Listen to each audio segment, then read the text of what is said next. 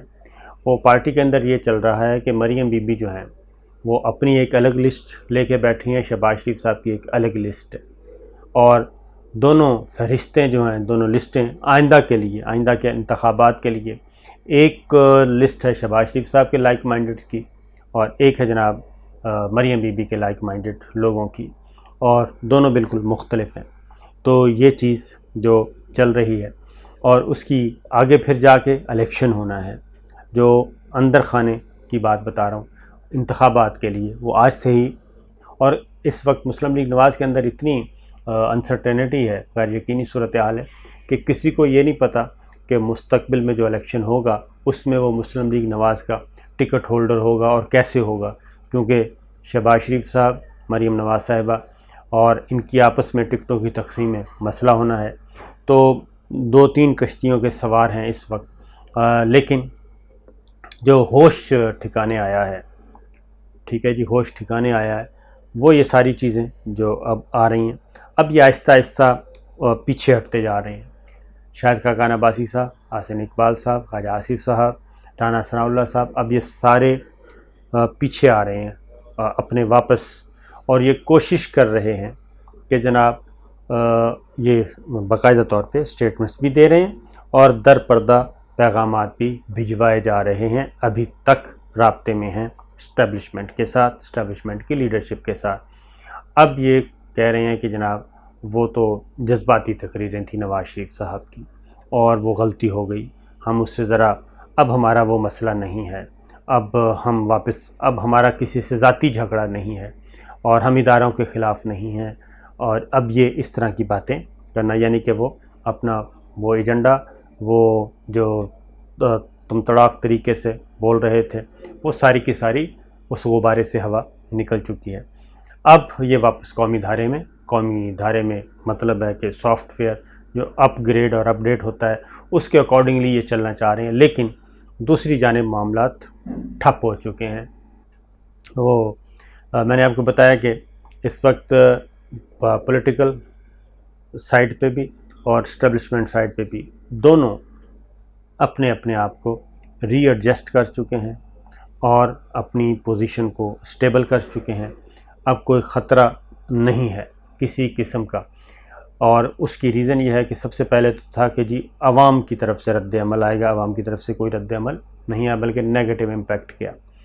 اس کے بعد اگلا جو ہوا وہ یہ ہے کہ اب پی ڈی ایم نے اجلاس بلا لیا ہے. پی ڈی ایم کا سربراہی اجلاس ہے،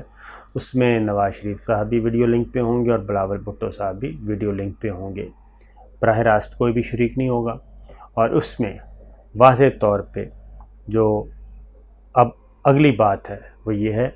کہ پیپلز پارٹی کی لیڈرشپ نے واضح طور پہ کہہ دیا ہے کہ جناب ہم ثبوت مانگیں گے نواز شریف صاحب سے، ہمیں ثبوت دیے جائیں کہ وہ کیسے army chief general Qamar Javed Bajwa اور D G I S I پہ الزامات لگاتے ہیں، ان کے پاس ثبوت کیا ہیں. کیونکہ جو مشترکہ اعلامیہ تیار ہوا تھا اے پی سی کا، ٹی او آرس طے ہوئے تھے آل پارٹیز کانفرنس میں پی ڈی ایم کے فورم پہ، اس میں یہ تھا کہ ہم کسی شخصیت، کسی فوجی عہدیدار کے خلاف کوئی بات نہیں کریں گے، بلکہ ایون افواج پاکستان کے خلاف بھی کوئی بات نہیں کریں گے. البتہ اسٹیبلشمنٹ کا ورڈ یوز کیا جائے گا، اس میں وہ ایک وسیع تناظر میں وہ بات ضرور ہو سکتی ہے، لیکن یہ نہیں ہوگا کہ ہم پولیٹیکل پارٹی کے ہوتے ہوئے براہ راست ٹکرائیں قومی اداروں سے، قومی سلامتی کے اداروں سے. تو بلاول بھٹو نے کچھ دن پہلے جو انٹرویو دیا اس میں وہ واضح طور پہ بتا چکے ہیں، اور تمام دنیا میں وہ انٹرویو پھیل چکا ہے. اب اس کی صفائی دینے کی کوشش کر رہی ہیں مریم بی بی بھی، اور اس کے بعد جناب دوسرے مسلم لیگ نواز خاص طور پہ وہ کوشش کر رہے ہیں کہ اس کا ازالہ کیا جائے، لیکن ازالہ ہو نہیں رہا. اور بات وہی ہے کہ اب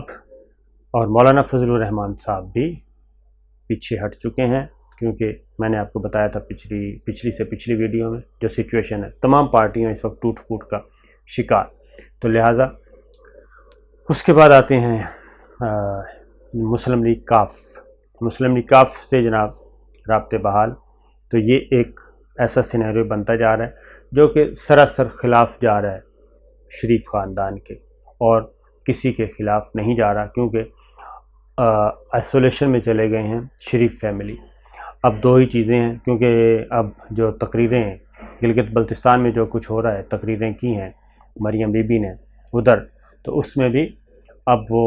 نہ تو آرمی چیف کا نام لے رہی ہیں، نہ ڈی آئی کا نام لے رہی ہیں، کسی جرنیل کا نام نہیں لے رہی، تو اب ان کو بھی اندازہ ہو چکا ہے۔ لیکن معاملہ جو ہے ان پلوں کے کیا کہنا چاہیے، نیچے سے پانی بہت گزر چکا ہے، بلکہ پلوں کے اوپر سے بھی پانی گزر گیا ہے، تو لہٰذا اس کا کوئی فائدہ نہیں۔ اب آتے ہیں گلگت بلتستان کی طرف، کیونکہ اصل جو کھڑاک ہونا ہے وہ ہونا ہے پاکستان پیپلز پارٹی اور مسلم لیگ نواز کا، دو جماعتوں کا کھڑاک ہونا ہے، یہ ہونا ہی ہونا ہے۔ اس کی ریزن یہ ہے کہ گلگت بلتستان میں 3 بڑی جماعتیں موجود ہیں، پاکستان مسلم لیگ کاف بھی، ان کے بھی امیدوار موجود ہیں، چاروں جماعتیں الیکشن لڑ رہی ہیں، اور پاکستان پیپلز پارٹی کی کمپین وائز دیکھا جائے پاکستان پیپلز پارٹی نمبر 1 پہ جا رہی ہے، بلاول بھٹو وہاں پہ ہیں، وہ پی ڈی ایم کو چھوڑ کے تمام ایکٹیویٹیز کو چھوڑ کے وہاں پہ کمپین چلا رہے ہیں، اور وہ جتنی بھی تنقید کر رہے ہیں پچھلے 5 سال گلگت بلتستان پہ، وہ ساری کی ساری تنقید جا رہی ہے مسلم لیگ نواز پہ، اور کیونکہ مسلم لیگ نواز کی حکومت ہے ادھر گلگت بلتستان میں 5 سال سے حکومت ان کی تھی، ان کے وزیر اعلیٰ تھے، اور حافظ صاحب ان کے وزیر اعلیٰ تھے، تو لہٰذا جو 5 تقریر پوری کمپین جو بلاول بھٹو نے چلائی، وہ ساری کی ساری چلائی مسلم لیگ نواز کے خلاف، کیونکہ وہاں پاکستان تحریک انصاف کی تو حکومت ہی نہیں ہے۔ پہلی 5 سال پیپلز پارٹی کے تھے، اور اس کے اگلے 5 سال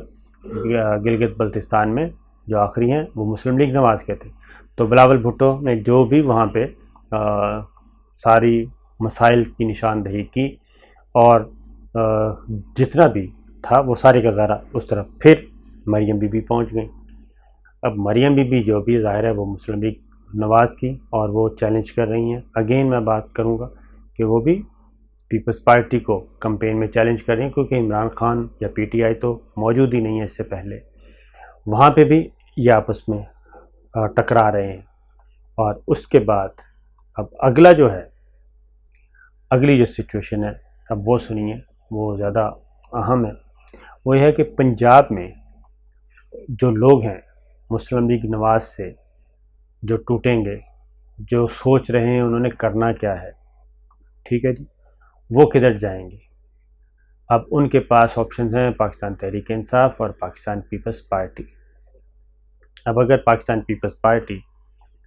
پی ڈی ایم کے فورم پہ آ کے، کیونکہ پی ڈی ایم پہ پاکستان پیپلز پارٹی اور اے این پی یہ اور مولانا صاحب، یہ تینوں جماعتیں ایک سائڈ پہ ہیں، اور یہ پاکستان پیپلز پارٹی کے ساتھ جائیں گی، اور پاکستان مسلم لیگ کاف، کیونکہ یہ جو کچھ ہو رہا ہے یہ اب مستقبل کے لیے ہو رہا ہے، اور پاکستان مسلم لیگ کاف بھی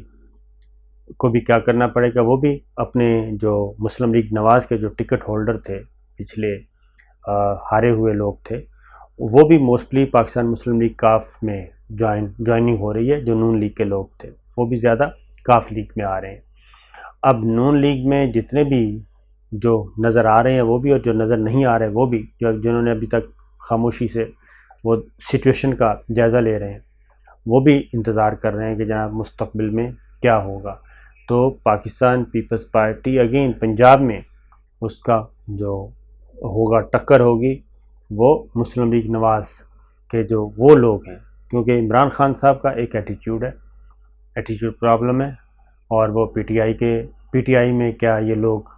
واپس آئیں گے، یعنی کہ پی ٹی آئی جوائن کریں گے، تو یہ چیز ابھی ایک کویسچن مارک ہے کہ مسلم لیگ نواز کے اور الیکٹیبلز اور جہانگیر ترین آپ کو پتہ ہے کہ واپس آ چکے ہیں، اور واپس آ کے انہوں نے سب سے پہلے خیریت دریافت کس کی ہے، وہ کی ہے چودھری شجاعت حسین صاحب کی، اور وہاں پہ ان کی خیریت، اور چودھری شجاعت حسین جو اس وقت زیر علاج ہیں ہاسپٹل میں، وہ ایک سیاسی ایکٹیویٹی کا ہب بن چکا ہے، اور اگر آپ دیکھیں ٹیلی فون کالز اور وہاں پہ جو لوگ جا رہے ہیں، تو ایک چیز نظر آ رہی ہے، یہ سارا کچھ جو ہو رہا ہے، یہ ساری تصویر جو ہے صرف ایک پارٹی کو یا ایک خاندان کو نقصان پہنچا رہی ہے. یہ ساری تصویریں، یہ ساری ایکٹیویٹیز نہیں اچھی، تو وہ شریف خاندان کے لیے نہیں اچھی. تو اب شریف خاندان کیسے بیک کرے گا جناب، کیسے واپس آئے گا اور اپنی پوزیشن کو کیسے سنبھالے گا، یہ بھی کویشچن مارک ہے. اس سے اگلی بات وہ ہے جناب مسٹر پریزیڈنٹ ٹرمپ جو ہیں وہ ہار چکے ہیں تقریباً، اور جو بائیڈن اگر آ جاتے ہیں تو جو بائیڈن جو ہیں ان کے بھی تعلقات، جو جس لیڈرشپ سے اچھے تعلقات ہیں وہ ہے پاکستان پیپلز پارٹی. اور جو بائیڈن پاکستان میں 2 دفعہ آئے اور دونوں دفعہ پاکستان پیپلز پارٹی کی حکومت تھی. 2008 میں بھی آئے اور 2011 میں بھی آئے پاکستان پیپلز پارٹی کے دور حکومت میں، اور انہیں سید یوسف گیلانی یعنی کہ زرداری حکومت، اس میں انہیں نشان پاکستان بھی دیا گیا. تو ٹرمپ کا ہارنا، جو بائیڈن کا آنا، تو یہ بھی جو چیزیں ہیں یہ سپورٹ کر رہی ہیں پاکستان پیپلز پارٹی کو. تو پاکستان پیپلز پارٹی بڑی خوش نظر آ رہی ہے. تو دیکھنا یہ ہے جناب آنے والے دنوں میں کہ سچویشن کیا صورتحال اختیار کرتی ہے، کیونکہ اس وقت معاملات بڑے بکھرے سے ہیں، اور چیزیں جو ہیں وہ تیزی سے جب اس طرح بکھر گئی تھیں لیکن اب واپس کنٹرول میں آتی نظر آ رہی ہیں. فوری طور پہ کسی قسم کا کوئی خطرہ نظر نہیں آ رہا. تو دیکھتے ہیں جناب آنے والے دنوں میں مزید کیا ہو سکتا ہے.